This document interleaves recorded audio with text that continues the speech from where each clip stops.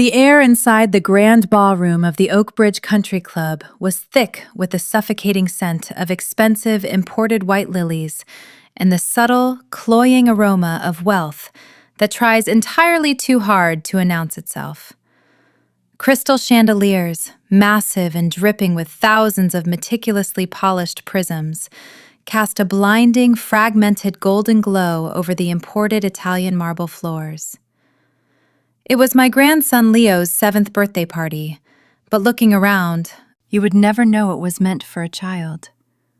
There were no brightly colored balloons, no joyful chaos, and no messy games.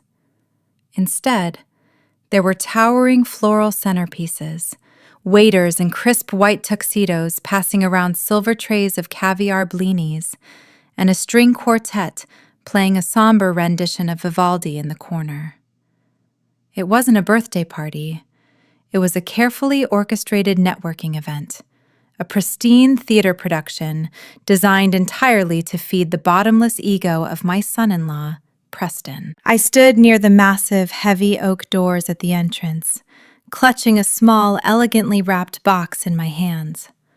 I was wearing my favorite charcoal gray wool coat, a classic durable piece I had owned for 5 years.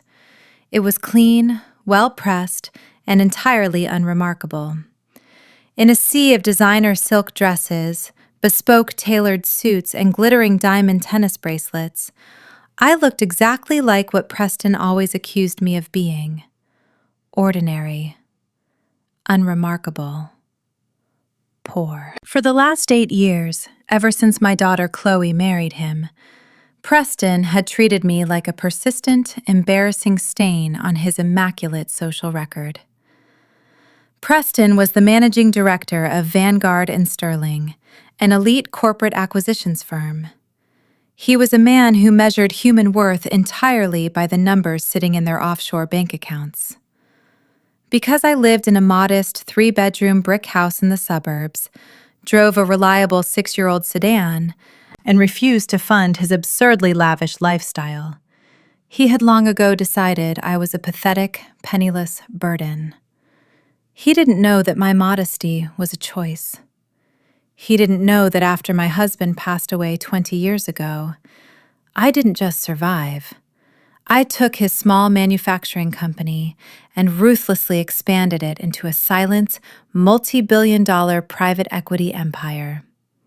I owned real estate, I owned tech firms, and I owned the very banks that Preston used to finance his leased luxury cars. But I kept my wealth hidden behind layers of anonymous LLCs and corporate trusts. I wanted to see who people truly were when they thought I had nothing to offer them. And Preston was showing me exactly who he was. As I took a step into the ballroom, the heavy oak doors closing behind me with a resounding thud, the ambient chatter of the room began to quiet. Eyes darted in my direction. The wealthy elite of the city, nursing their vintage champagne, looked at me with thinly veiled disdain. I ignored them, my eyes scanning the room for my grandson.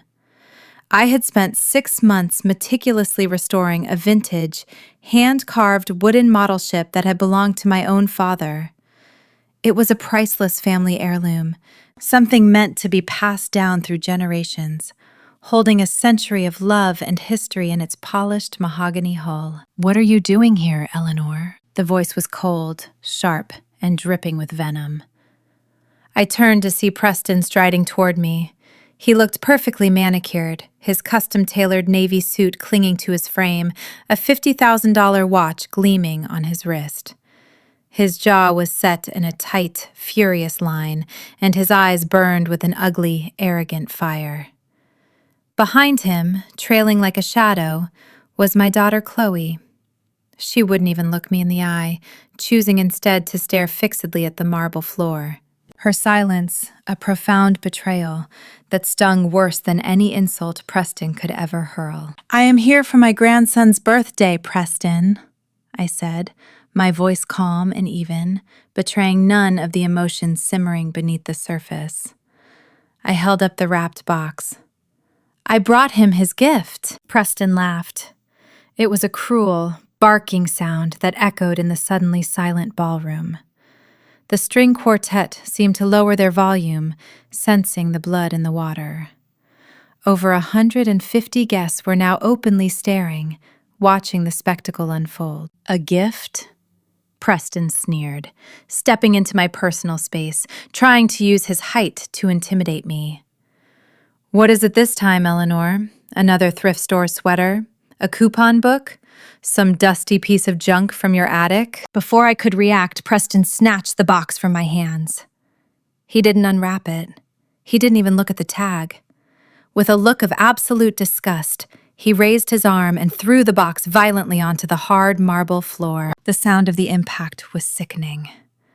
A loud crack echoed through the massive room. The delicate, century-old mahogany mast of the antique ship snapped inside the box, the splintering sound tearing a hole straight through my chest. Someone in the crowd gasped. A few of Preston's wealthy sycophants actually chuckled. "Preston!" I said, my voice hardening, a flash of genuine anger breaking through my stoic facade. "That belonged to your son's great-grandfather." "I don't care who it belonged to," Preston hissed, stepping closer until I could smell the expensive scotch on his breath. He pointed a manicured finger directly in my face. "Look around you, Eleanor. Look at this room. Look at the people in it. We are building a legacy here, an empire. And every time you show up in your cheap coats and your pathetic, poverty-stricken mindset, you humiliate us. You humiliate me." He paused, a cruel, triumphant smirk spreading across his face as he played to his audience of elite snobs. He raised his voice, ensuring that every single person in the 10,000-square-foot ballroom could hear his next words. "You are a burden, Eleanor. A broke, pathetic old woman who has absolutely nothing to offer my children. You can't buy them access, you can't buy them status, and you certainly don't fit our brand. So, I'm making a decision right now, for the good of my family." Preston puffed out his chest, looking down his nose at me with a gaze of pure, unadulterated supremacy. "You are banned," he stated, his voice ringing with absolute finality. "You are banned from seeing Leo. You are banned from seeing our daughter. I do not want you at our house. I do not want you calling my wife, and I never want to see your face anywhere near my family again. You are simply too poor to be part of our lives. Now pick up your garbage, turn around, and get out of my country club before I have security throw you out." The silence in the ballroom was absolute. 150 guests held their breath, waiting for the frail, poor old woman to break down. They waited for the tears.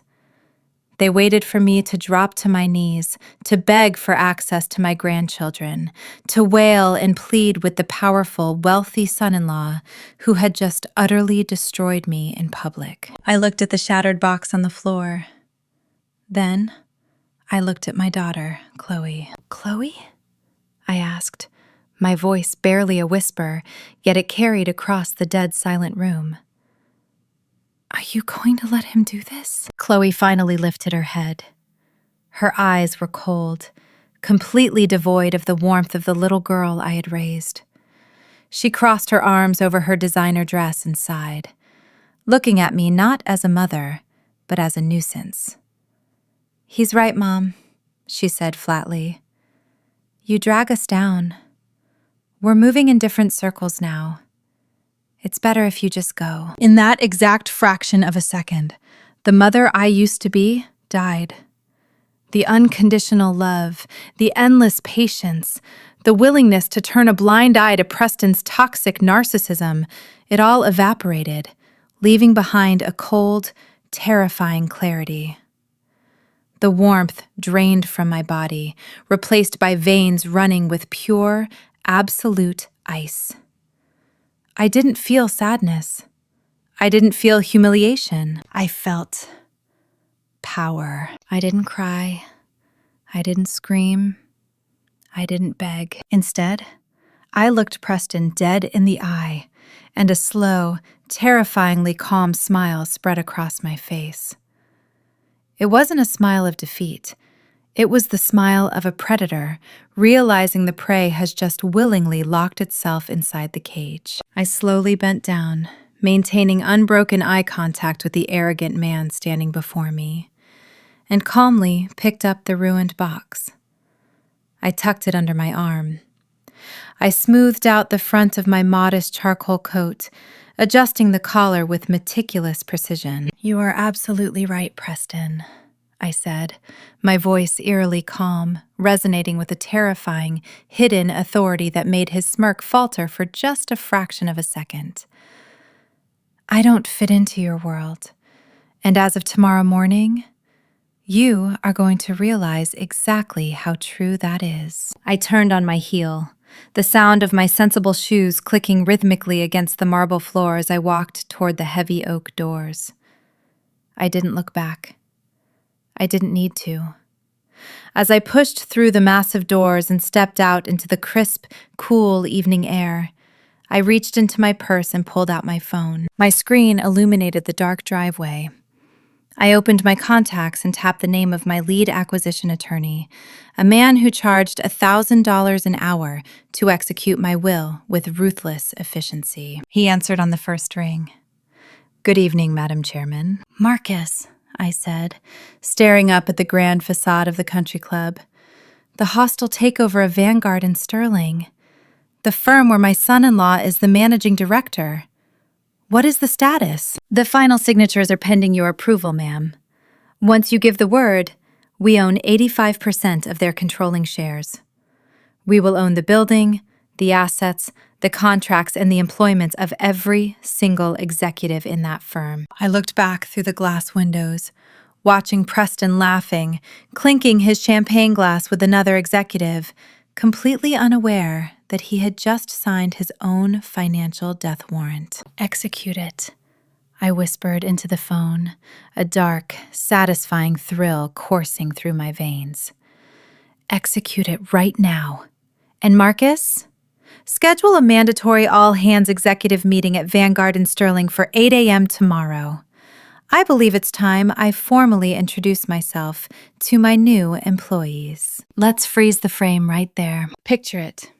Me, an older woman in a sensible, unremarkable gray coat, standing in the cold night air, holding the shattered remains of a priceless family heirloom.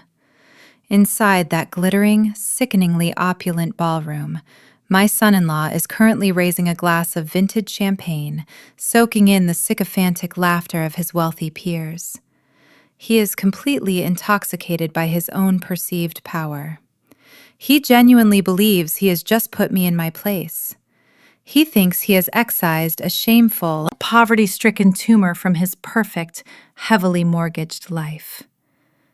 He thinks the story ends with me getting into my 6-year-old sedan, driving back to my quiet suburban house, and crying myself to sleep in the dark. But you and I know better, don't we? Before I take you inside that 8 a.m. executive meeting, before I show you the exact, glorious moment the blood completely drains from Preston's meticulously tanned face when he realizes the pathetic mother-in-law he just humiliated now holds the deed to his entire professional existence, I need to stop and talk directly to you. Yes, you. The person watching this video right now. Take a deep breath. Let the tension drop from your shoulders. If you are feeling your heart racing right now, if you felt a familiar, sickening knot form in the pit of your stomach when Preston threw that gift on the marble floor, it is because you have been in that room. Maybe it wasn't a country club. Maybe it was a cramped kitchen during Thanksgiving dinner. Maybe it was a backyard barbecue, a birthday party, or a hospital waiting room. But you know exactly what that invisible, suffocating weight feels like. You know the exact sting of being looked down upon by the very people who are supposed to protect and value you. You have looked into the eyes of a Preston. You have seen the cold, calculating smirk of an arrogant family member, or an in-law, or a sibling, who uses their perceived status, their bank account, or their loud, aggressive personality to diminish your light. You know what it is like to be the designated scapegoat, to be the one who is expected to shrink, to apologize, to swallow your pride just to keep the peace. You know the profound, soul-crushing betrayal of looking at someone you love the way I looked at my daughter, Chloe, and watching them side with the monster just because it is easier or more profitable than standing up for what is right. I want you to know something right now. I see you. I know exactly how much strength it takes to keep your composure when every instinct in your body is screaming at you to fight back. I know the sheer, exhausting willpower it takes to walk away in silence when you hold enough truth in your hands to completely destroy their fabricated reality. I am pausing this story because I need to know who is standing in this circle with me today. Where are you watching from? Scroll down to the comments section right now and tell me your city, your state, or your country. I want to see a global map of survivors. I want to see an army of people who refuse to be victims anymore. If you have ever had to bite your tongue while a toxic family member paraded their fake superiority around, hit that like button. If you have ever been called useless, pathetic, or a burden by someone who secretly relied on your silent strength, hit that like button. And if you have ever had to teach a brutal, unforgettable lesson to the arrogant people who mistook your kindness for weakness, I need you to hit the subscribe button right now. Join this community. We are building an empire of cycle breakers here. We are a sanctuary for the people who do the hard work in the shadows, who build their empires in silence, and who know that the ultimate revenge isn't screaming or throwing a tantrum. It's phenomenal, undeniable, untouchable success. Let's talk about the psychology of people like Preston for a moment, because it is absolutely crucial to understand the enemy before you systematically dismantle their life. People like my son-in-law operate on a very specific, highly fragile frequency. They are entirely hollow. Their entire self-worth is intrinsically tied to external validation. The designer labels on their suits, the zip code of their overpriced, heavily leveraged homes, the brand of the car sitting in their driveway. They don't actually have wealth. They merely perform the theater of wealth. They are drowning in debt, drowning in insecurity, and terrified that the world will find out they are nothing more than a carefully constructed house of cards. And how do people like that maintain their illusion of power? By finding someone they perceive as weak, someone they believe lacks the resources to fight back, and crushing them in public. They need an audience. Notice how Preston didn't pull me aside into a quiet hallway to tell me I was banned from my grandchildren's lives. He didn't have the courage for a private conversation. He needed the 150 guests. He needed the string quartet to stop playing. He needed the marble floors to amplify the sound of my father's antique ship shattering. He used my humiliation as a stepping stone to elevate his own status in front of his wealthy peers. It is a parasitic existence. They feed on your dignity to inflate their own egos. But here is the beautiful, terrifying secret that the Prestons of the world never, ever realize until it is far too late. True power does not need to announce itself. True power does not wear a $50,000 watch just to prove it exists. True power is perfectly comfortable wearing a 5-year-old charcoal coat because it knows that if push comes to shove, it can buy the entire building and fire everyone inside it. Society has a terrible habit of conditioning us to accept abuse if it comes from our family. We are fed these toxic, manipulative platitudes from the time we are children. Blood is thicker than water. You have to forgive them, they're family. Be the bigger person. Let me tell you something. Be the bigger person is just a convenient phrase invented by abusers to ensure their victims never fight back. It is a leash. It is a gag order. When Chloe looked at me, her own mother, the woman who worked 3 jobs to put her through private school after her father died, the woman who sat up with her when she had fevers, the woman who sacrificed every personal comfort so she could have a head start in life. When she looked at me and said, "He's right, Mom. You drag us down. It's better if you just go." She didn't just break my heart. She broke the social contract of our family. In that moment, she stopped being my daughter, and she became a liability. She aligned herself with a predator. And the hardest, most devastating lesson you will ever learn in your journey to self-respect is that you cannot save people who are actively trying to drown you. You cannot protect people who hand your enemies the ammunition to shoot you. Sometimes, the most profound act of self-love is letting people have exactly what they asked for. Chloe wanted the high society life. She wanted the ruthless, cutthroat corporate husband. She wanted a life devoid of my pathetic, poverty-stricken presence. Fine. But she was about to learn that when you sever the roots, the tree eventually dies of thirst. I want you to keep hitting that like button because the algorithm needs to push this message to the people who are currently sitting in the dark, crying over a family that does not value them. The algorithm needs to find the quiet, exhausted scapegoats who are desperately trying to figure out how to escape their own Prestons. Your silence is not weakness. Your patience is not a character flaw.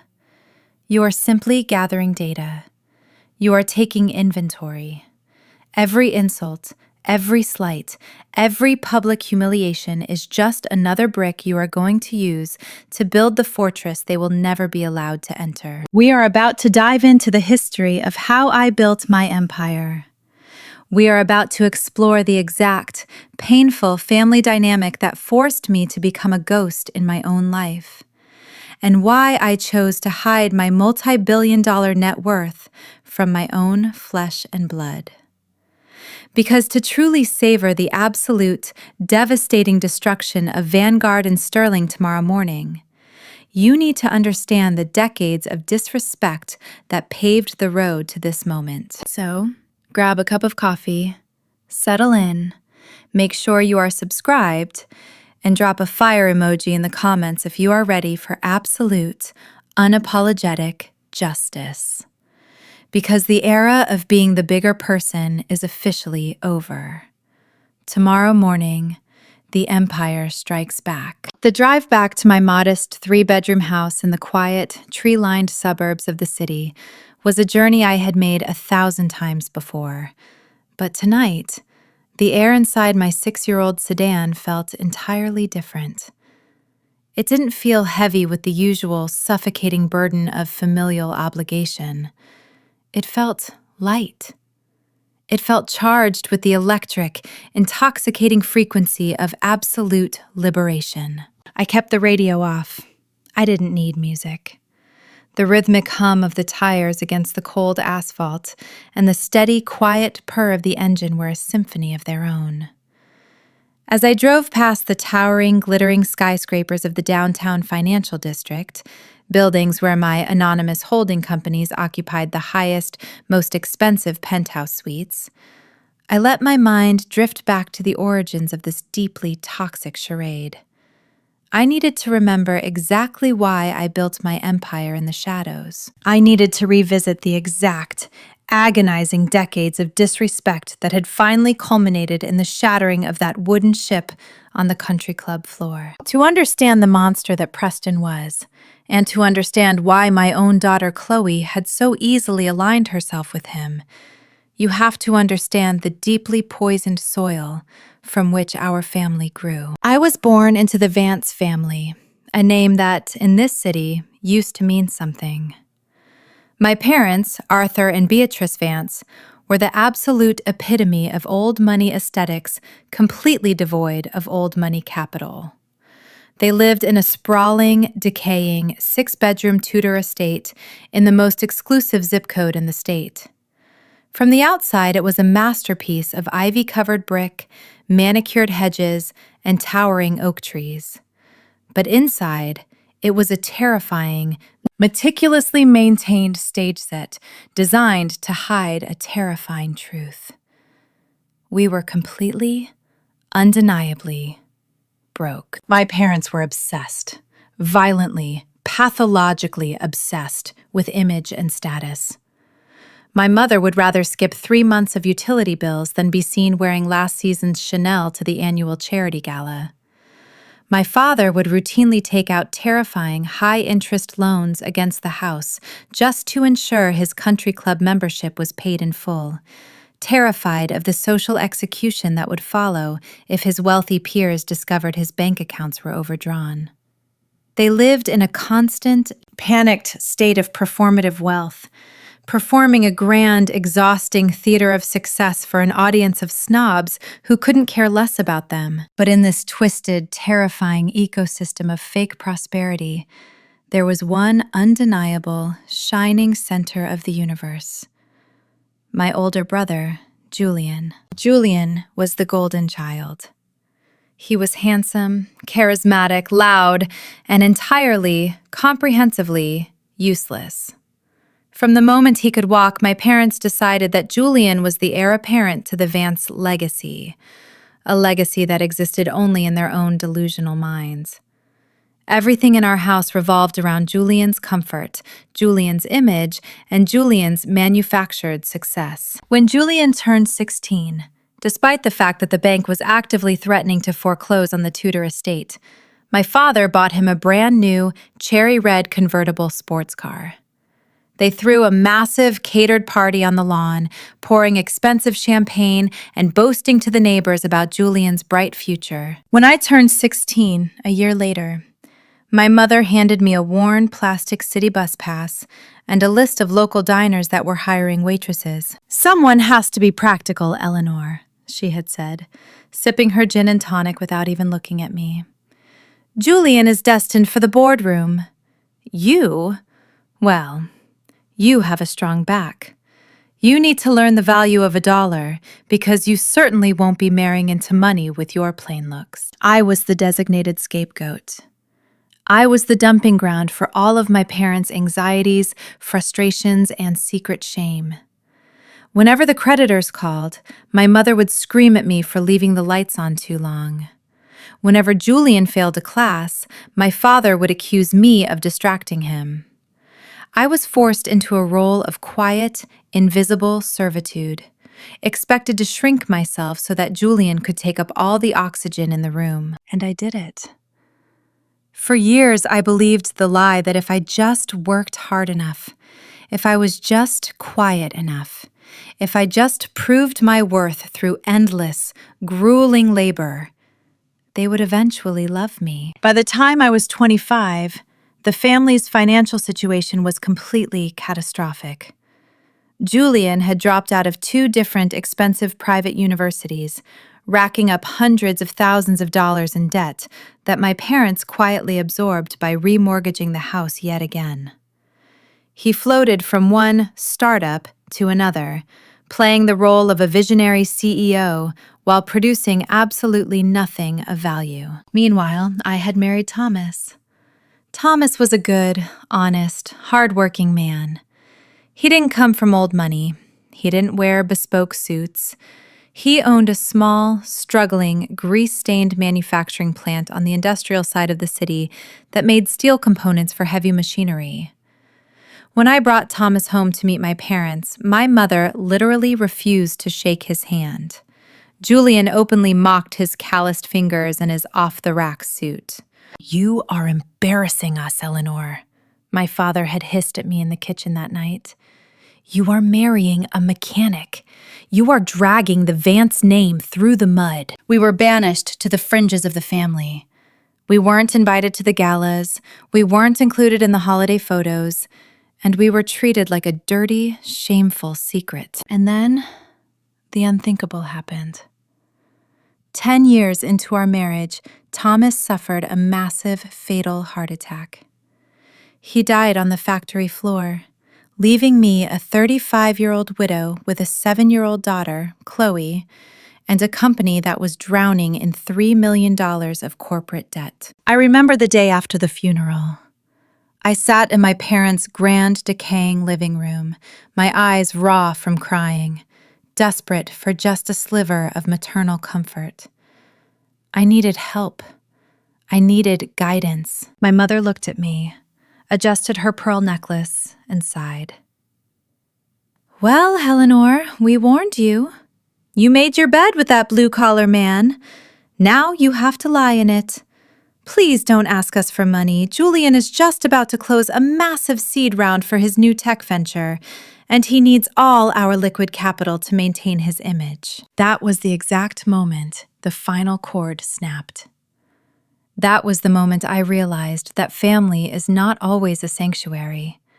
Sometimes it is an active crime scene. I didn't beg. I stood up, walked out of that Tudor estate, and I went to war. For the next 10 years, I practically lived inside that loud, freezing, dangerous steel factory. I worked 18-hour shifts. I learned the machines. I fired the dead weight. I personally renegotiated every single supply contract with the ruthless, terrifying precision of a woman who had absolutely nothing left to lose. I didn't just save Thomas's company. I weaponized it. I pivoted our manufacturing to highly specialized aerospace components.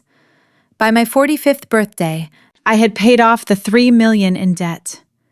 By my 50th, I had sold the company to a massive defense contractor for an 8-figure sum. But I didn't stop there. I took that capital and I built a silent, invisible fortress. I founded a private equity firm, buying up distressed commercial real estate, logistics companies, and regional banks. I buried my name behind so many layers of ironclad legal trusts and anonymous LLCs that no one could ever trace the billions of dollars back to the quiet, unremarkable widow in the gray coat. Why did I hide it? Because of Julian. Because of my parents. 3 years after I sold the factory, my parents' house of cards finally, spectacularly collapsed. The bank moved to foreclose on the Tudor estate.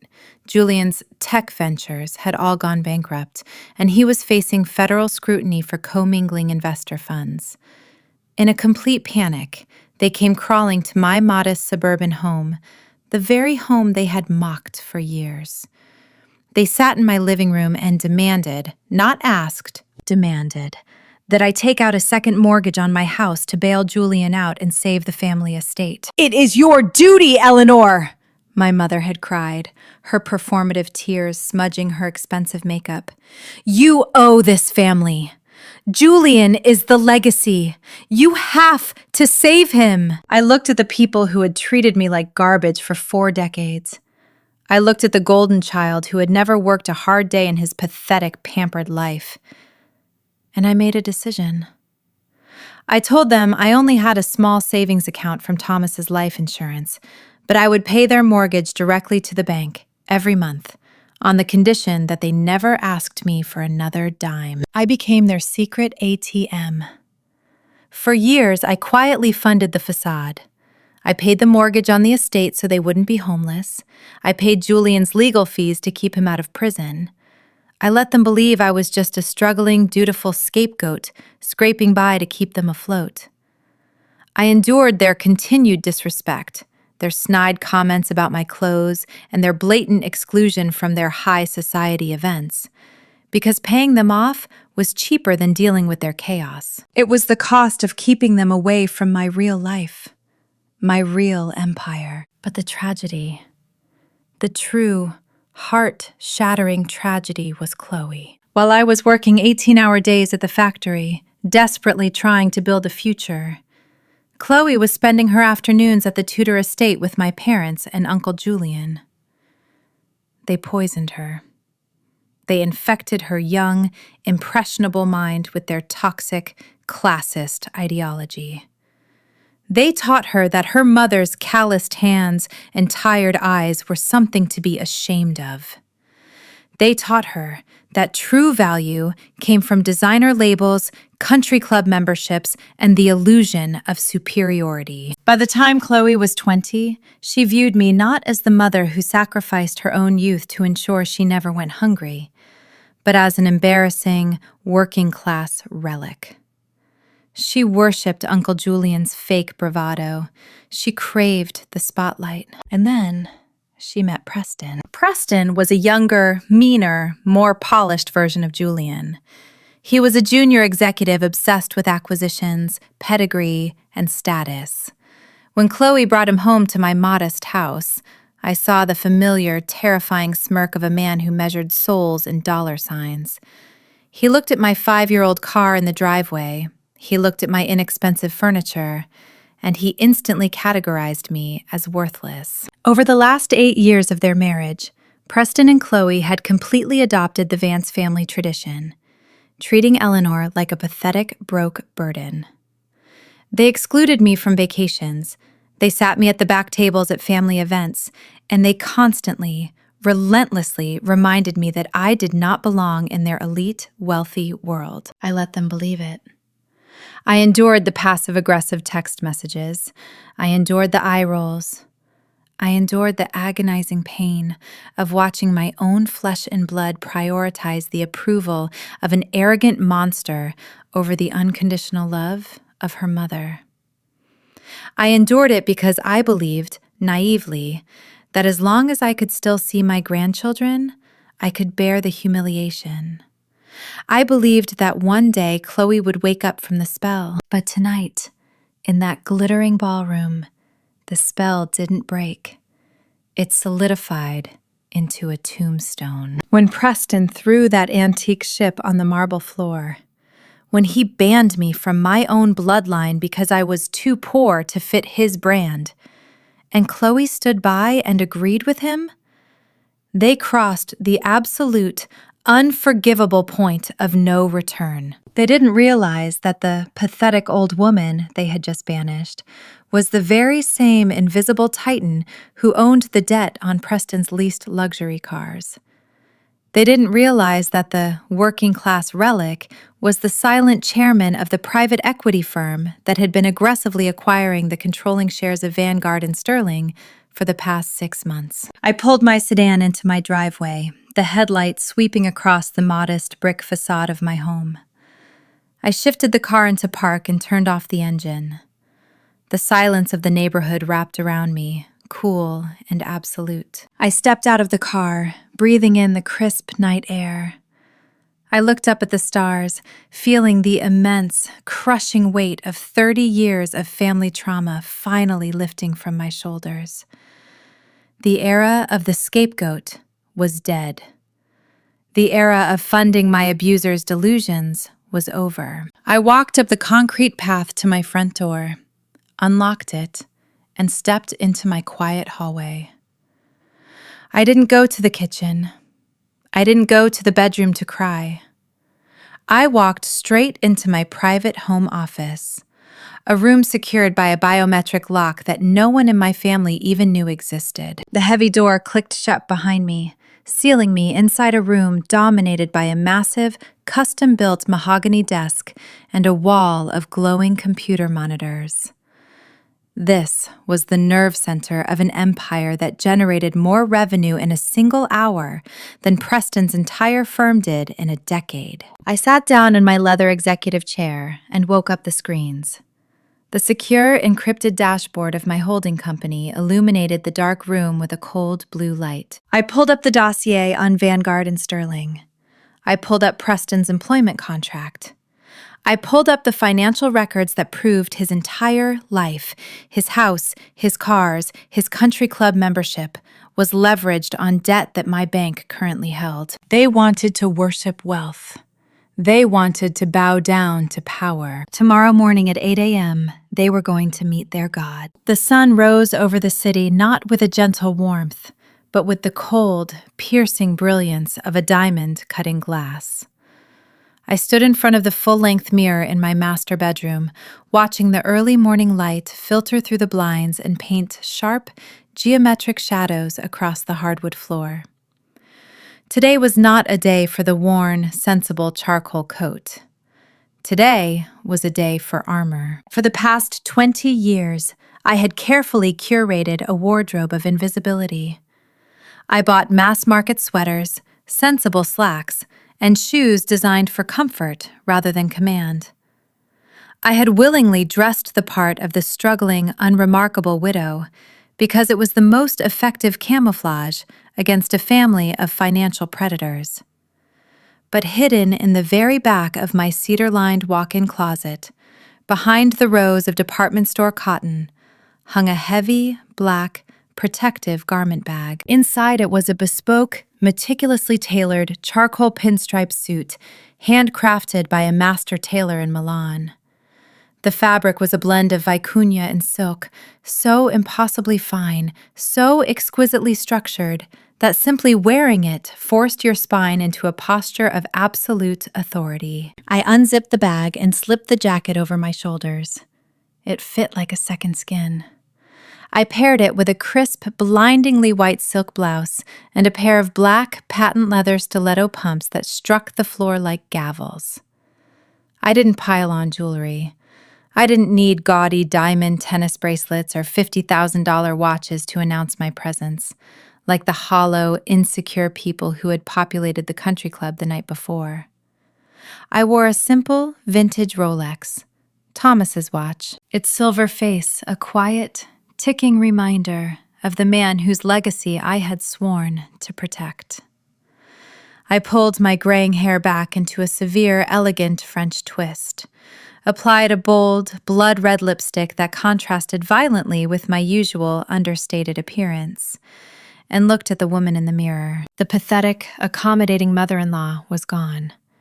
The frightened, exhausted scapegoat was dead. The woman staring back at me was the chairman of the board, and she was hungry for blood. I left the 6-year-old sedan in the garage. Instead, I opened a separate, climate-controlled bay that Preston and Chloe had never seen. Sitting under a black velvet dust cover was a sleek, midnight blue, armored Maybach. I slid into the driver's seat, the smell of rich, untouched Italian leather filling my lungs. I pressed the ignition, and the massive V12 engine roared to life with a deep, predatory growl that vibrated straight through my bones. The drive into the downtown financial district was a cinematic blur. The towering skyscrapers of steel and reflective glass rose up against the morning sky like monuments to modern greed. I navigated the dense city traffic with cold, surgical precision, my mind entirely focused on the geometry of the trap I was about to spring. I pulled up to the monolithic 60-story glass tower that housed Vanguard and Sterling. It was a terrifying, beautiful building, its sheer facade reflecting the city around it. It was meant to intimidate. It was meant to make anyone walking through its massive revolving doors feel small, insignificant, and entirely at the mercy of the titans inside. I handed the keys of the Maybach to the stunned valet standing by the curb, ignoring his wide-eyed stare, and walked toward the entrance. The rhythmic, sharp click-clack of my stilettos echoed off the marble plaza. Inside, the lobby of Vanguard and Sterling was a cavernous cathedral of high finance. The floors were imported black granite, polished to a mirror shine. Massive, abstract steel sculptures dominated the center of the room, and the air was thick with the scent of ozone, expensive cologne, and the palpable, vibrating energy of ruthless ambition. Behind a massive semicircular desk of raw mahogany stood 3 security guards and a pair of impeccably dressed receptionists. As I approached the desk, the lead receptionist, a young woman with a sharp bob and a condescending smile, looked me up and down. She noted the lack of a visitor's badge, but the unmistakable, devastating cut of my Milanese suit made her hesitate. "May I help you, ma'am?" she asked, her voice hovering right on the edge of professional dismissal. "This is a secure building. Do you have an appointment with one of our executives?" Before I could answer, a set of private, frosted glass elevator doors slid open across the lobby, and Marcus stepped out. Marcus was a terrifyingly brilliant, deeply cynical corporate attorney who viewed hostile takeovers not as legal transactions, but as an art form.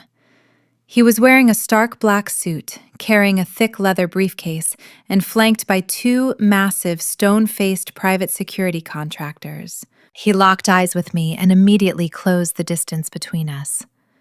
He didn't offer a handshake.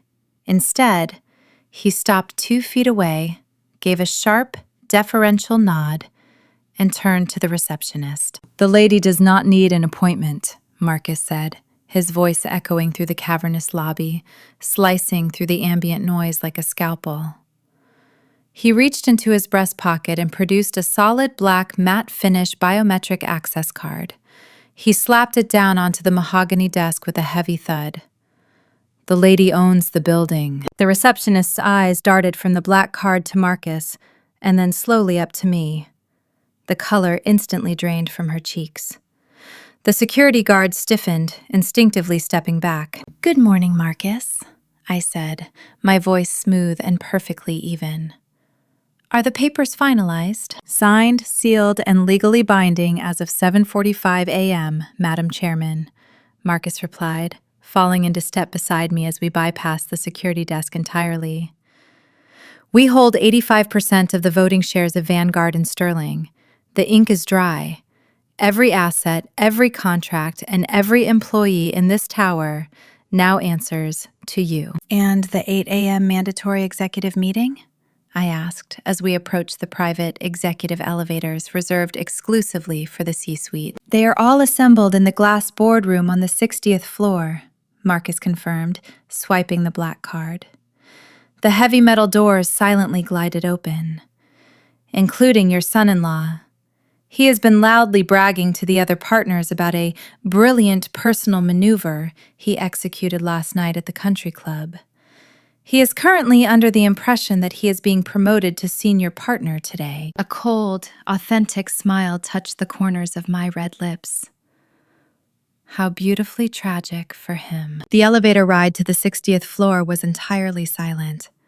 The numbers above the door ticked upward. 40, 45, 50, 55.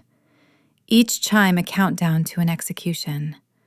My pulse was steady. I didn't feel a trace of anxiety or fear. I only felt the profound electric clarity of absolute justice. I thought about the century-old wooden ships shattering on the marble floor. I thought about the 150 guests laughing at me.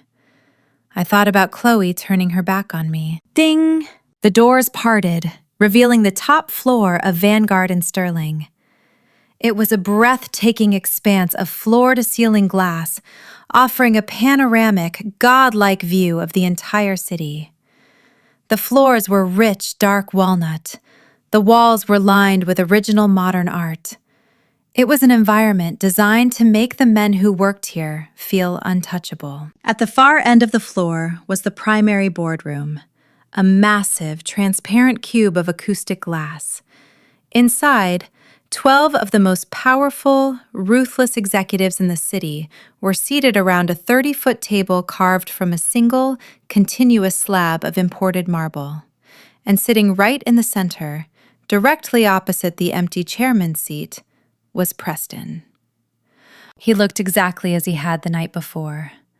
Aggressively manicured, entirely too smug, and radiating a toxic, arrogant confidence. He was leaning back in his leather chair, a customized silver pen spinning lazily between his fingers, laughing loudly at a joke made by the chief financial officer. He was completely in his element. He was the king of his tiny, pathetic, leveraged castle. Marcus stepped forward and pushed open the heavy glass doors of the boardroom. The sound of our footsteps entering the room instantly killed the conversation. 12 heads snapped toward the entrance. Preston's eyes landed on me, and for a fraction of a second, his brain completely short-circuited. He blinked, clearly struggling to reconcile the presence of his pathetic, broke mother-in-law with the hyper-secure, elite sanctuary of his boardroom. He took in the terrifyingly sharp Milanese suit. He took in the cold, dead-eyed private security contractors flanking the door. He took in Marcus, whose reputation as a legal assassin was well known in these circles. The confusion on Preston's face quickly morphed into a dark, ugly rage. He slammed his hands down on the marble table and stood up, his face flushing a deep, angry crimson. "What the hell is this?" Preston barked, his voice vibrating with entitled fury. He pointed his silver pen at me like a weapon. "Eleanor, how did you get past security? Are you out of your mind? I told you last night, you are banned. You don't get to come crawling to my office the morning after I cut you off just to beg for forgiveness." He looked around the table at his fellow executives, throwing his hands up in an exaggerated display of exasperation. "Gentlemen, I apologize. This is my unbalanced mother-in-law. She has boundary issues and clearly doesn't understand how the real world works." He turned his glaring eyes back to me. "Security is going to drag you out of here by your hair, Eleanor.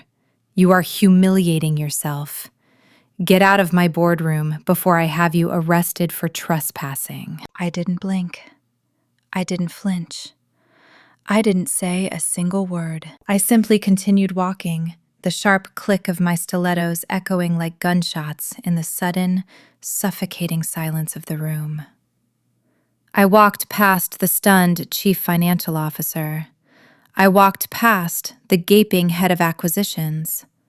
I walked straight to the absolute head of the table, pulled out the massive, high-backed leather chairman's chair, and slowly, deliberately, sat down. I folded my hands perfectly on the cool marble surface, looked directly down the length of the table into Preston's eyes, and waited. The air in the room completely evaporated. The silence was so absolute, so heavy, that you could hear the subtle hum of the air conditioning vents. The other executives, seasoned corporate sharks who spent their lives reading the subtle shifts of power in a room, suddenly realized they were sitting in the middle of a slaughterhouse. They looked at the $10,000 suit I was wearing. They looked at Marcus standing behind my right shoulder, calmly unlatching his leather briefcase. They looked at the security contractors blocking the only exit. Preston, however, was blinded by his own raging narcissism. "Did you not hear me, you crazy old bat?" he shouted, his voice cracking slightly as the reality of the situation failed to penetrate his thick skull. "I am the managing director of this firm. I command this room. You don't just sit in the chairman's seat." "Actually, Preston," Marcus said, his voice cold and devoid of any human empathy as he began pulling thick, black leather-bound dossiers from his briefcase. "She does." Marcus slid the first dossier across the smooth marble. It glided perfectly, stopping right in front of the chief financial officer. He slid the next one to the head of acquisitions. He went around the table, distributing the heavy, terrifying documents until a final, thick file was dropped directly in front of Preston. "Gentlemen," Marcus announced, addressing the room but keeping his dead eyes fixed on my son-in-law. "Allow me to introduce you to the CEO and primary shareholder of Apex Holdings. As of 7:45 a.m. this morning, Apex Holdings has officially finalized the aggressive, hostile acquisition of Vanguard and Sterling. The woman sitting at the head of your table now owns 85% of this firm. She owns the building you are sitting in. She owns your client lists. She owns your employment contracts." Preston stared at the black dossier sitting in front of him as if it were a live grenade. The color was draining from his face at a terrifying speed, leaving his meticulously tanned skin looking like wet ash. His mouth opened, but no sound came out.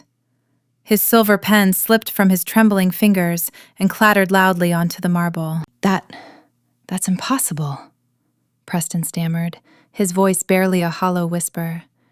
His arrogant, booming confidence had entirely vanished, replaced by the panicked, pathetic squeak of a cornered rat.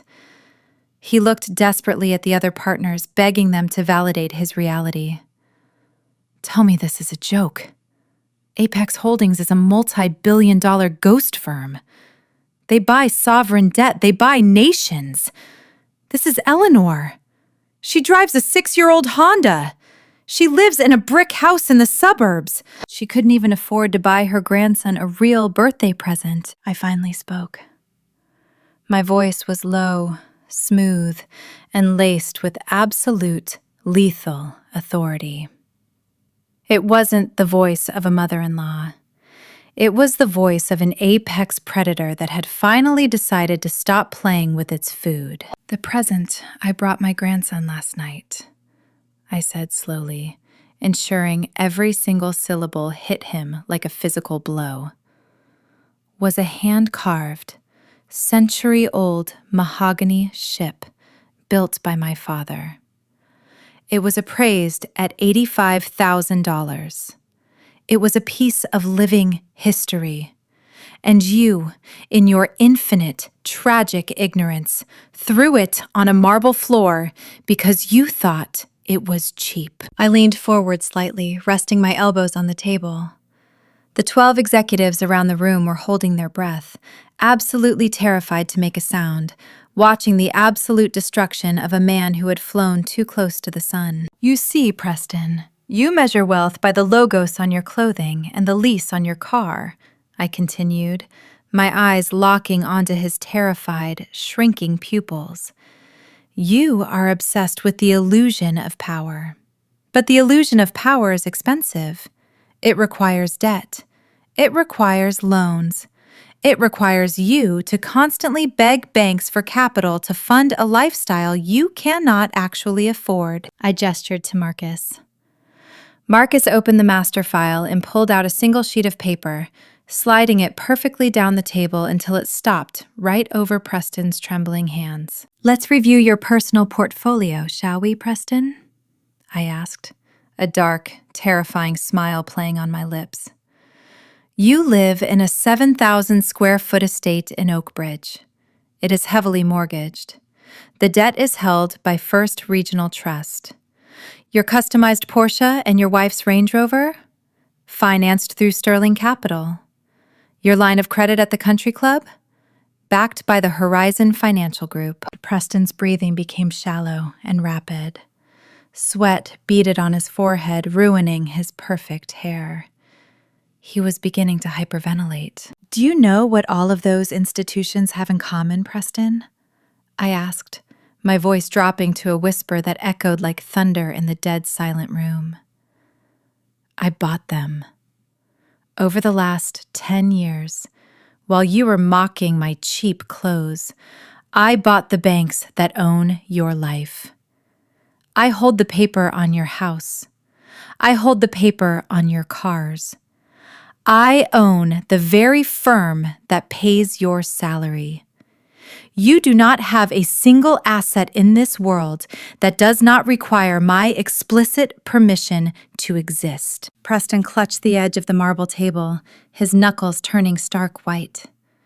He looked like a man who had just stepped off a cliff and was waiting for the inevitable, bone-crushing impact of the ground. You lied to us, Preston gasped, tears of pure, unadulterated terror welling up in his eyes. The grand, arrogant executive from last night was completely gone, replaced by a broken, pathetic child. You lied to Chloe. You pretended to be nothing. I never lied, I replied, sitting back in my heavy leather chair, crossing my legs elegantly. I simply allowed you to believe what you wanted to believe. You needed me to be poor so you could feel powerful. You needed a scapegoat to stand on so you could look taller to your wealthy friends. I just let you build your entire life on a foundation of gasoline. And last night, when you banned me from my grandchildren and my daughter agreed with you. You handed me the match. I turned my gaze away from the broken man at the end of the table and looked at the other 11 partners. They sat rigidly, terrified that the wrath of the new owner would suddenly turn in their direction. "Gentlemen," I said, addressing the room with crisp, terrifying efficiency, "Vanguard & Sterling is undergoing an immediate corporate restructuring. Effective right this exact second, Preston Vance is terminated from his position as managing director, stripped of all equity, and permanently barred from this industry. Furthermore, as the primary lien holder on his personal assets, my banks are calling in his loans, in full. By 5 o'clock today, he will not have a house, he will not have a car, and he will not have a country club membership." I turned my eyes back to Preston, who was now openly weeping, his face buried in his hands as the totality of his absolute ruin crashed down upon him. "You told me last night that I was a burden, Preston," I whispered, the cold satisfaction of absolute vengeance coursing through my veins. "You told me I didn't fit your brand. You told me I had nothing to offer your family. Well, you finally got your wish. I am removing myself from your life entirely, and I am taking everything else with me." The air inside the glass-walled boardroom didn't just feel heavy. It felt as though the atmospheric pressure had suddenly, violently doubled, threatening to crush the breath out of every man sitting at that massive marble table. I sat at the head of the table, perfectly still, my breathing steady and calm, my posture radiating the absolute, unyielding authority of a sovereign who had just conquered a rebellious province. The silence that followed my pronouncement was not the respectful, contemplative quiet of a corporate strategy meeting. It was the terrified, breathless silence of a morgue. Preston looked as though his soul had literally been ripped from his meticulously tailored body. The deep, artificial tan he maintained so religiously, a tan funded by the very credit lines I had just severed, had turned a sickly, mottled ash gray. His mouth opened and closed in quick, desperate gasps, like a fish pulled from the water and tossed onto a scorching deck. The sheer, unadulterated shock had completely paralyzed his vocal cords. His brain, so accustomed to winning, so accustomed to dominating and bullying his way through life, simply could not compute the absolute, systematic annihilation of his entire existence. I turned my attention to the other 11 executives. These were men who just 20 minutes ago had been laughing at Preston's cruel jokes, patting him on the back for his brilliant handling of his pathetic, broke mother-in-law.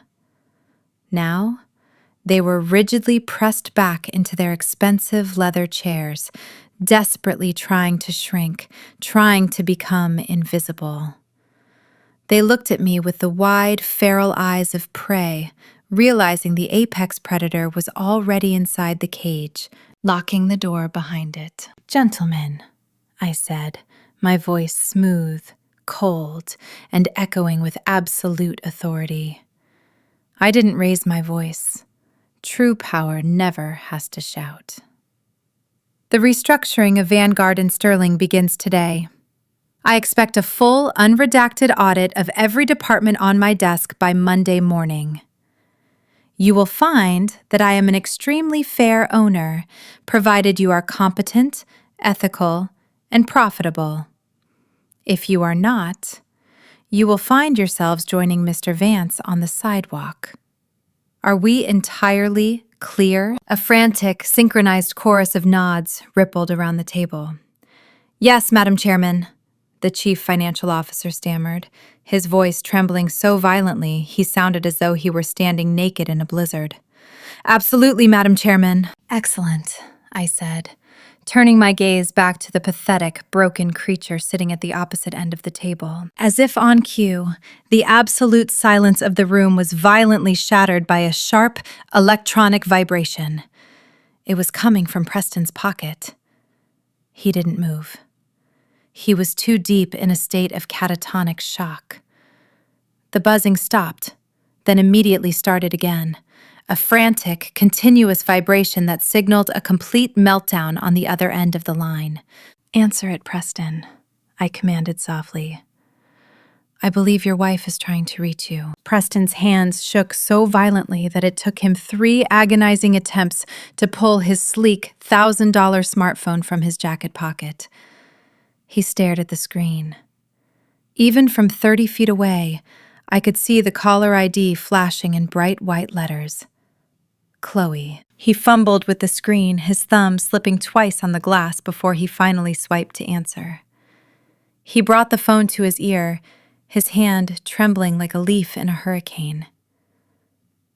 "Chloe?" he whispered, his voice cracking, devoid of any of his usual bravado. Because the room was so dead silent, the acoustics of the acoustic glass cube amplified the sound coming from the earpiece.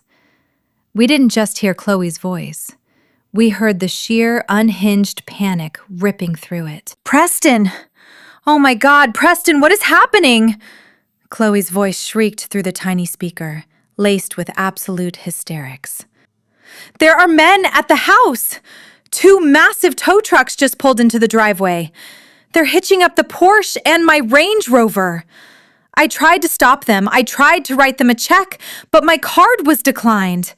Preston, the bank froze our accounts. Every single one, the checking, the savings, the country club line of credit, it all says 0. The teller told me the primary lien holder executed an emergency freeze. "Preston, say something. What is going on?" Preston closed his eyes, a single, pathetic tear rolling down his ashen cheek. "Chloe," he choked out, his throat constricting. "Chloe, it's gone. It's all gone." "What do you mean it's gone?" Chloe screamed, her voice reaching a pitch of sheer terror that made the CFO wince. "The men are telling me the bank called in the loans. How can they do that? Call your boss. Call the firm. Do something, Preston. They are taking the cars." Preston slowly lowered the phone from his ear, pressing the end call button without saying another word. He dropped the phone onto the marble table, where it landed with a dull, hollow thud. Marcus, my lead attorney, didn't miss a beat. He stepped forward, opening another black leather folder with the cold, mechanical precision of an executioner preparing the block. "To clarify the situation for you, Mr. Vance, as you seem to be struggling to process the reality of your new circumstances," Marcus said, his voice dripping with professional disdain. "Your employment contract at Vanguard and Sterling contained a standard morality and performance clause, which you violated severely by leveraging company assets to secure your personal, high-risk loans. When Apex Holdings acquired this firm at 7:45 a.m., we immediately triggered that clause." Marcus pulled a crisp, white legal document from the folder and slid it perfectly down the length of the table. It stopped inches from Preston's trembling hands. "That is your formal termination notice," Marcus continued. "Effective immediately. You have no severance. You have no vested stock options. Furthermore, because Apex Holdings also owns the primary debt on your personal estate and vehicles, and because you are now officially unemployed and entirely insolvent, we have exercised our legal right to call in those loans in full. The tow trucks currently at your residence are repossessing the vehicles. By 5 p.m. today, the bank will officially begin the foreclosure and eviction process on your Oak Bridge estate." Preston stared at the paper as if it were written in an alien language. Then, the most pathetic, glorious thing happened. The arrogant, ruthless corporate shark, the man who had stood in front of 150 elite guests just 12 hours prior and thrown my father's antique ship onto the floor, completely shattered. Preston pushed his chair back, his legs giving out beneath him as he stood. He didn't just fall, he collapsed. He dropped to his knees right there on the dark walnut floor of the boardroom. The other executives gasped, physically recoiling in their chairs, deeply uncomfortable with the raw, visceral display of ultimate humiliation. "Eleanor, please," Preston sobbed, his voice a wretched, guttural sound. He clasped his hands together, literally begging. "Please, I'm sorry. I am so sorry.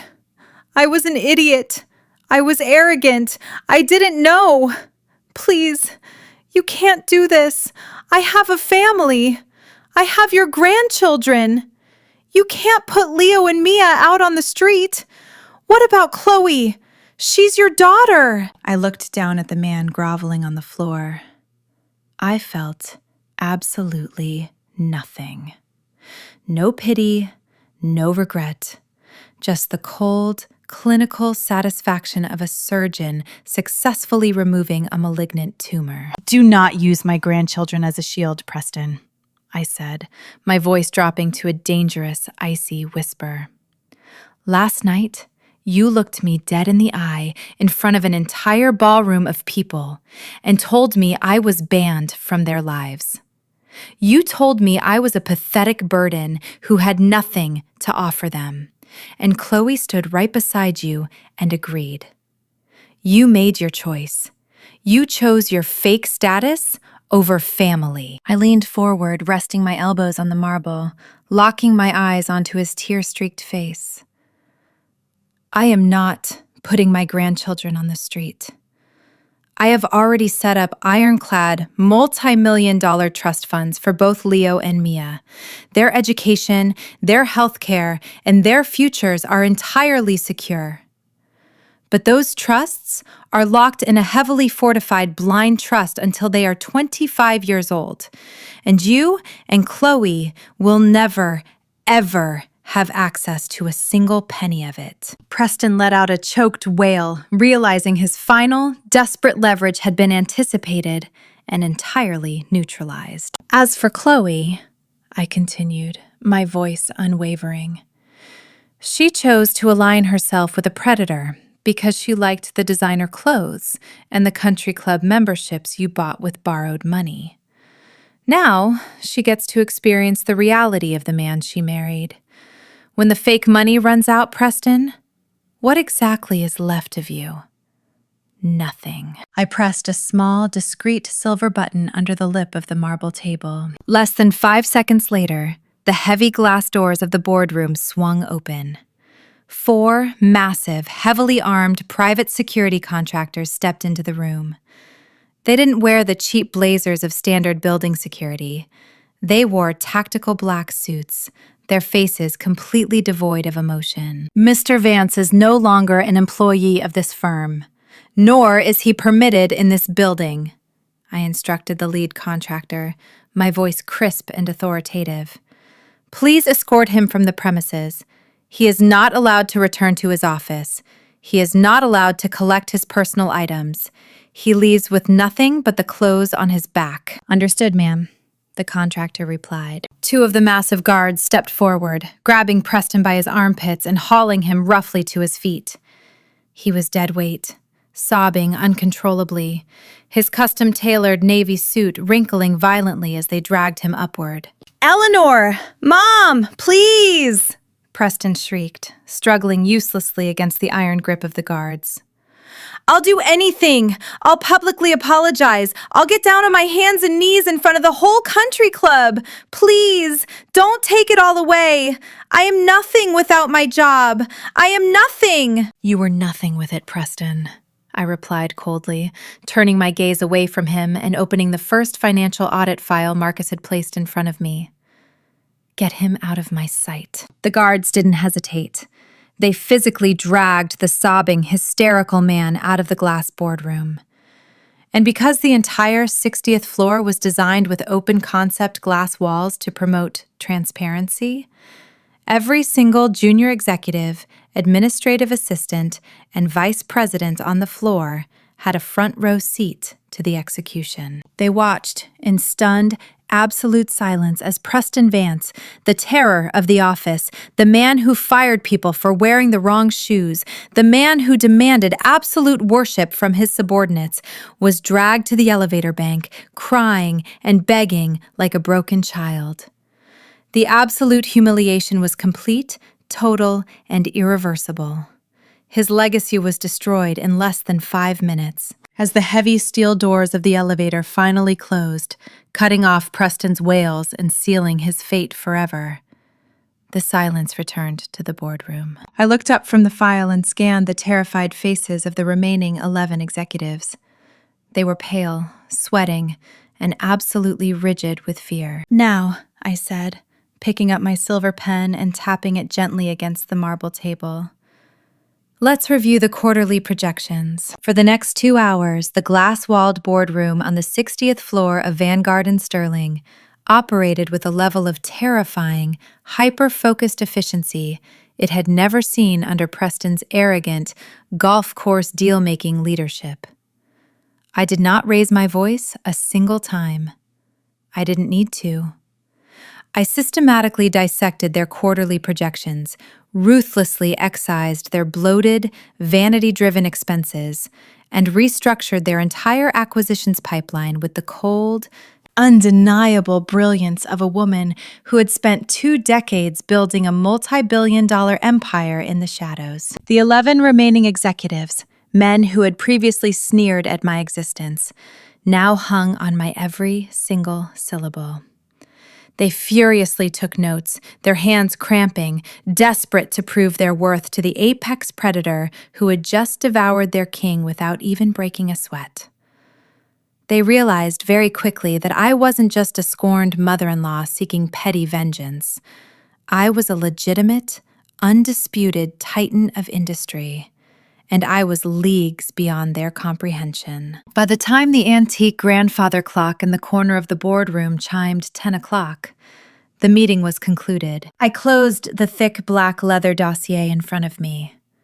The sound of the heavy cover snapping shut echoed through the room with absolute finality. "That will be all for today, gentlemen," I said, my voice smooth and perfectly detached. "You have your directives. I expect the preliminary execution plans on Marcus's desk by tomorrow evening. Do not disappoint me." "Yes, Madam Chairman," the Chief Financial Officer replied immediately, his voice completely stripped of its former bravado, replaced by the profound, submissive reverence usually reserved for a deity. The other 10 men echoed his sentiment in a hasty, overlapping chorus of obedience. I stood up slowly. The bespoke Milanese fabric of my charcoal pinstripe suit draped perfectly, unwrinkled and immaculate, despite the absolute massacre that had just occurred. Marcus silently stepped forward, gathering the remaining files and locking them inside his heavy leather briefcase with a satisfying, metallic click. I turned and walked out of the glass boardroom, pushing the heavy, transparent doors open. Stepping out onto the main executive floor of Vanguard and Sterling felt like stepping onto the stage of a grand theater immediately after the climax of a tragic opera. The entire 60th floor was completely, entirely silent. The junior executives, the administrative assistants, the aggressively ambitious vice presidents, everyone who had witnessed Preston being physically dragged out by armed guards an hour earlier, was frozen at their imported walnut desks. They weren't typing. They weren't speaking. They were simply staring, absolutely captivated and terrified by the woman who had just overthrown their entire world. I didn't acknowledge them. I didn't smile, and I didn't gloat. True queens do not need to demand applause from the gallery. I walked toward the private frosted glass elevator bank at the end of the long corridor.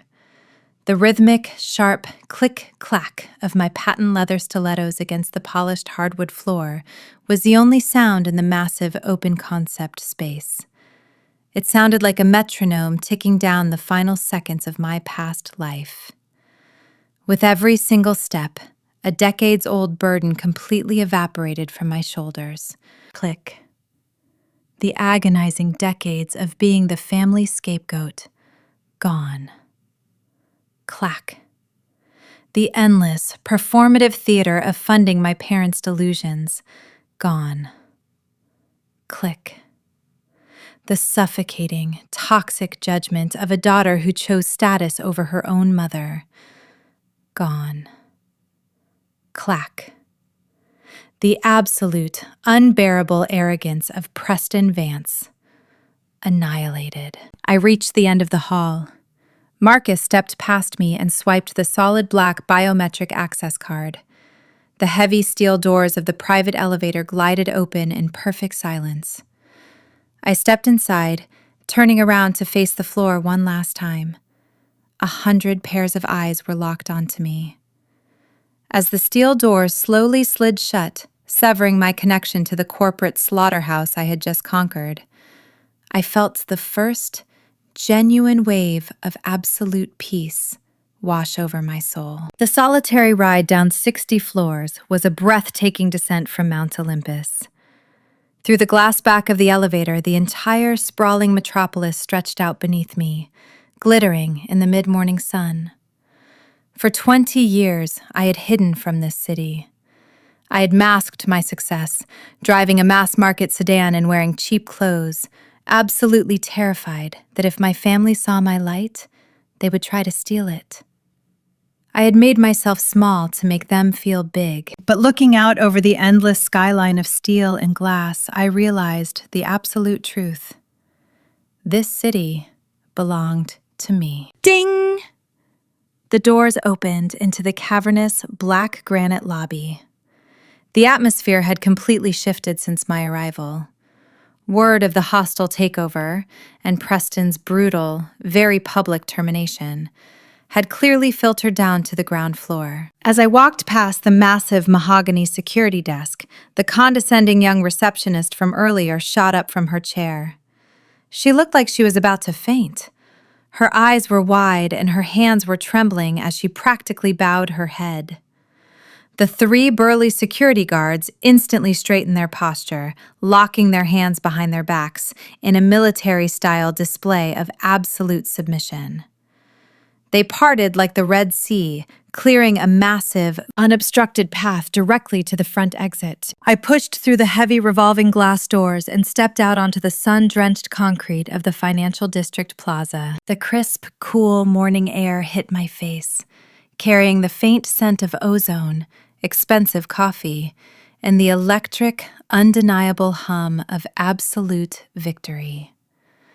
I took a deep breath, filling my lungs not with the suffocating, toxic expectations of my family, but with the pure, intoxicating oxygen of total freedom. Madam Chairman, I looked to the curb.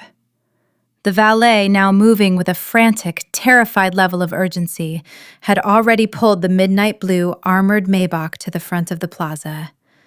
He was standing rigidly by the passenger side, holding the heavy, reinforced door open for me, his eyes glued respectfully to the pavement. Before I stepped into the chariot, my eyes caught a sudden, frantic movement out of my peripheral vision. About 50 yards down the bustling sidewalk, completely isolated from the towering glass entrance of the building he used to command, stood Preston. He was entirely unrecognizable from the arrogant, perfectly manicured shark who had thrown my father's antique ship onto the country club floor just 12 hours ago.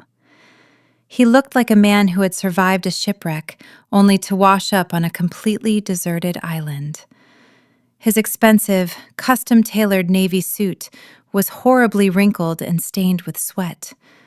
His tie was loosened, hanging limply around his neck. He was frantically waving his arm at the endless stream of yellow taxis zooming past him on the busy avenue.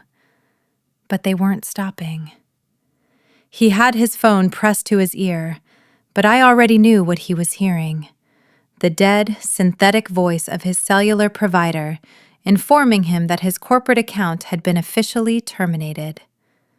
He had no cash.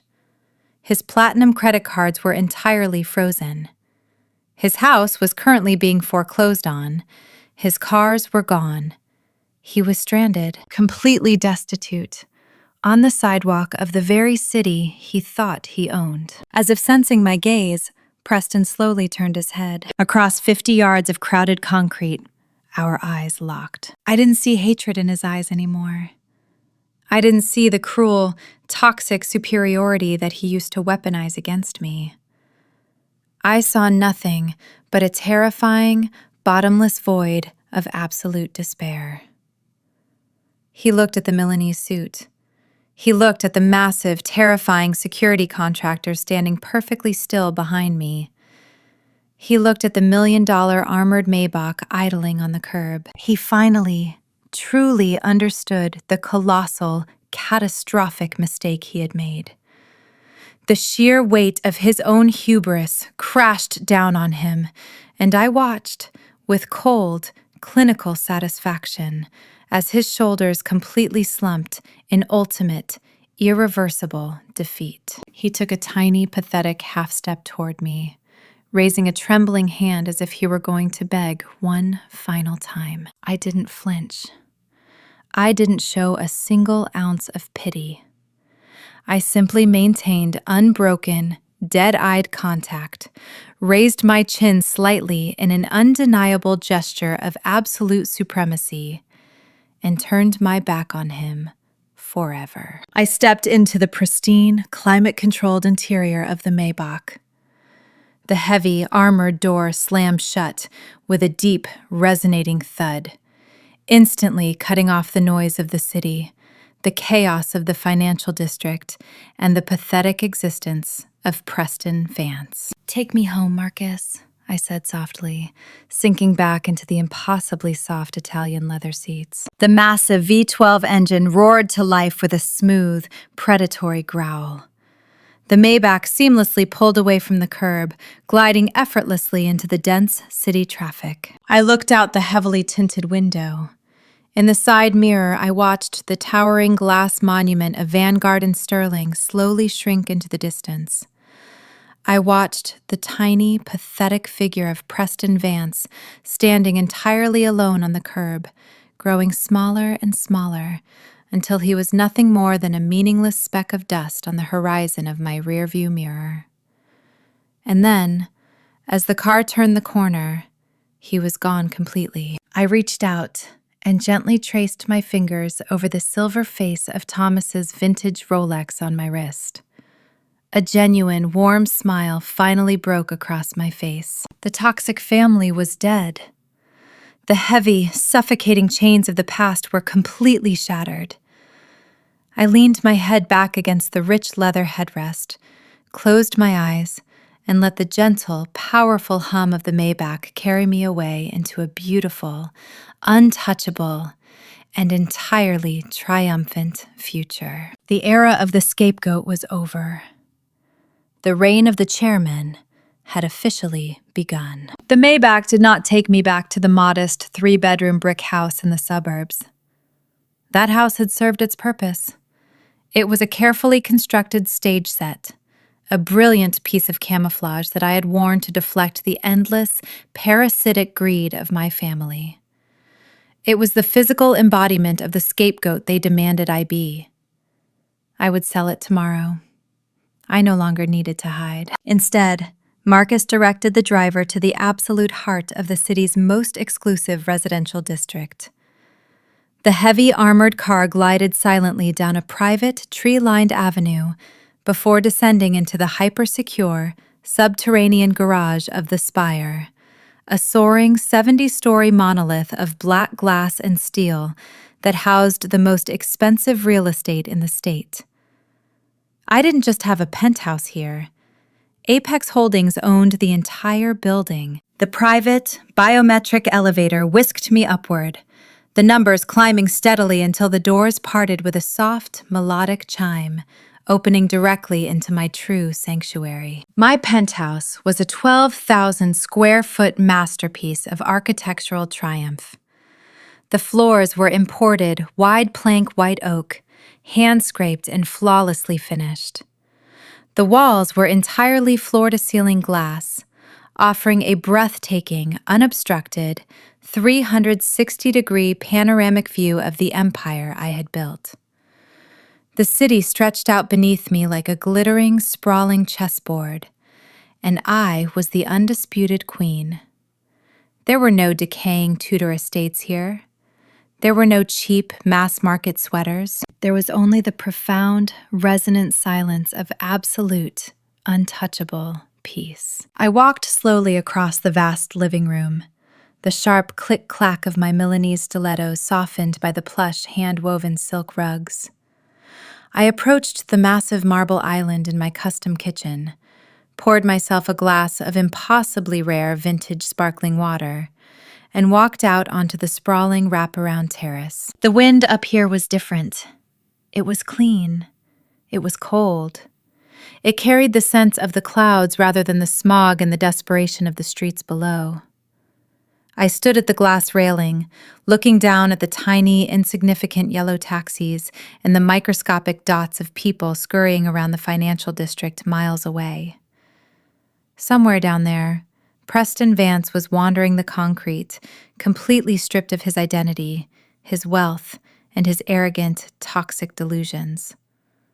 Somewhere down there, my daughter Chloe was staring at an empty driveway, realizing the catastrophic price of selling her soul for a designer label. I took a slow, deep sip from my glass, feeling the cool liquid soothe my throat. I set the glass down on a sleek, matte black side table, turned to face the camera, and looked directly into your eyes. Yes, you. The person who has stayed with me through this entire, agonizing, triumphant journey. If you are still watching this, if you felt a deep, resonant thrill of justice coursing through your veins when I sat in that chairman's seat and completely dismantled my abuser's life, piece by piece, then I know exactly who you are. You are the cycle breaker. You are the scapegoat who grew tired of carrying the sins of the family. You are the silent architect who has been building your strength in the dark, waiting for the perfect moment to break your chains. I want to talk to you about a lie. It is a massive, pervasive, culturally enforced lie that has kept millions of brilliant, capable people locked inside emotional cages for their entire lives. The lie is this: family is everything. Society, religion, and our own toxic relatives have relentlessly pounded this concept into our heads since we were children. They tell us that blood is thicker than water. They tell us that no matter how horribly someone treats you, no matter how much they disrespect you, steal from you, or humiliate you, you are inherently obligated to forgive them simply because you share the same DNA. They demand that you be the bigger person. They demand that you turn the other cheek, swallow your pride, and sit at the dinner table with the very people who are actively trying to destroy your self-worth. Let me be absolutely, unequivocally clear with you right now. Blood does not equal a blank check. Sharing genetic material with someone does not grant them a VIP, all-access pass to your peace, your bank account, or your dignity. Your DNA is a biological fact. It is not a lifetime contract for indentured servitude. When my parents handed Julian a brand new sports car and handed me a plastic bus pass, they were teaching me a lesson about my perceived value. When my mother told me I was dragging the Vance name through the mud because I married a hard-working mechanic, she was showing me her true religion. And when Preston threw my father's antique ship onto the marble floor, and my own daughter agreed that I was too poor to be in her life, they were cashing a check that they believed I would simply pay out of a sense of pathetic maternal obligation. Abusers, whether they are your parents, your siblings, or your in-laws, operate on a highly sophisticated economy of guilt. They print this currency in the mint of your childhood. They condition you to believe that your only value lies in your utility to them. If you can fund their lifestyle, if you can absorb their anger, if you can play the quiet, invisible background character that makes their golden child status look brighter, then they will tolerate you. But the second you establish a boundary, the second you say no, The second you stop funding their delusions, they will brand you as selfish. They will orchestrate smear campaigns. They will scream that you are destroying the family. You are not destroying the family. You are simply refusing to be the foundational brick in a house built entirely on abuse. I know how much it hurts to walk away. I know the sheer, agonizing pain of looking at a daughter you raised, a child you sacrificed everything for, and realizing she has aligned herself with the enemy. It is a grief that has no grave. But the hardest, most vital lesson I have ever learned is that you cannot save people who are actively trying to drown you. You cannot be the life raft for a person who keeps stabbing holes in the rubber just to prove they have a sharper knife. For 20 years, I hid my wealth. I drove a cheap car. I wore mass market clothes. I subjected myself to the relentless mockery of people who were financially, intellectually, and morally inferior to me, because I thought that keeping the peace was better than waging a war. I paid my parents' mortgage so they wouldn't be homeless. I funded the illusion of their high society life, believing that eventually my loyalty would be rewarded with basic human respect. It never is. When you feed a stray dog, it doesn't learn to respect you. It just learns that you are a reliable source of food. And when that food runs out, it will turn around and bite the hand that fed it. When you establish boundaries with toxic people, their reaction is never introspection. It is always outrage. Because to a parasite, a boundary feels like oppression. Look at what happened when I simply allowed Preston and Chloe to experience the absolute, unfiltered consequences of their own choices. The moment the fake money vanished, the moment the loans were called in, the moment the illusion of superiority was shattered, they didn't have the internal fortitude to survive it. Preston collapsed on a boardroom floor, weeping and begging for the very job he had used to terrorize others. True power, true resilience, does not require a $50,000 watch. It doesn't require a screaming, dominating presence in a room. True power is the absolute, unshakable knowledge of your own worth. It is the ability to look at an abuser, look at the entire toxic system they have built to trap you, and simply say, I am no longer participating in this transaction. Walking away from toxic family members is not an act of cruelty. It is the ultimate act of self-preservation. You cannot heal in the exact same environment that broke you. You cannot expect a poison tree to suddenly grow sweet fruit just because you water it with your tears. You have to take an axe to the roots.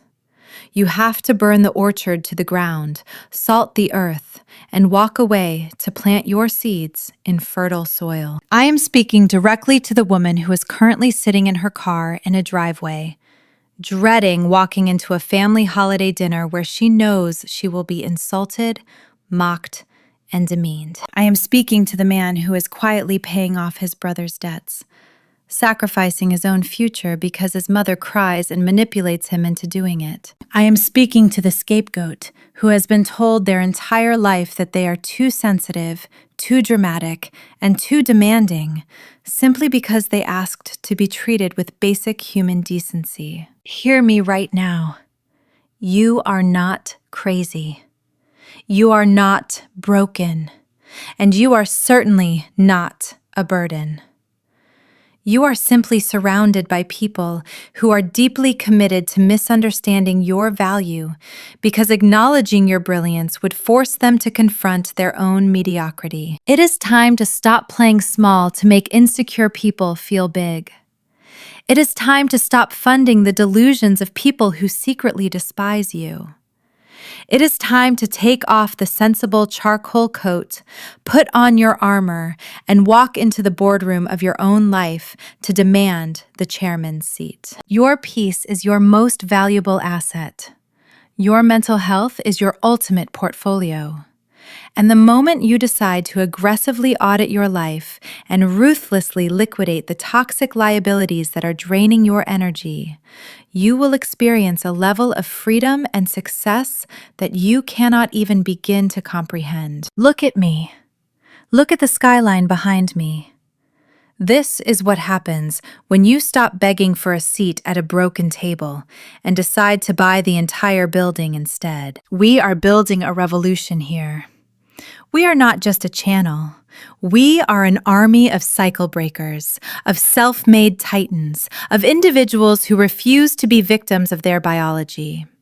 We are the people who do the hard work in the shadows and step into the light only to claim our absolute victory. I need to hear from you. I need you to scroll down into the comments section right now and tell me your story. Have you ever had to draw a hard line in the sand with a toxic family member? Have you ever had to look an arrogant in-law, a manipulative parent, or a parasitic sibling in the eye and permanently revoke their access to your life? How did you find the strength to finally walk away? What was the moment, the breaking point, that made you realize your peace was more important than their approval? Share your story, because there is someone reading the comments right now who is sitting in the dark, terrified, believing they are entirely alone. Your story, your courage, your resilience, your ultimate triumph might be the exact spark they need to finally pack their bags, cancel the direct deposits, and walk out the door toward their own freedom. If my story today resonated with the deepest parts of your soul, if you felt a profound sense of catharsis when Preston was dragged out of that building, I need you to hit that like button. Let the algorithm know that we do not tolerate abuse here. And most importantly, if you are ready to stop apologizing for your strength, if you are ready to stop shrinking to fit into rooms you have already outgrown, and if you are absolutely committed to building an untouchable empire of your own, you must hit that subscribe button. Join this community, turn on the notification bell, because we are just getting started. The era of the scapegoat is permanently over. The era of absolute, unapologetic power is here. Remember, never let anyone, especially family, convince you that you are worth anything less than the entire world. Audit your life, protect your peace, and never, ever apologize for securing your empire. I will see you in the next video. Stay strong, stay untouchable, and keep building.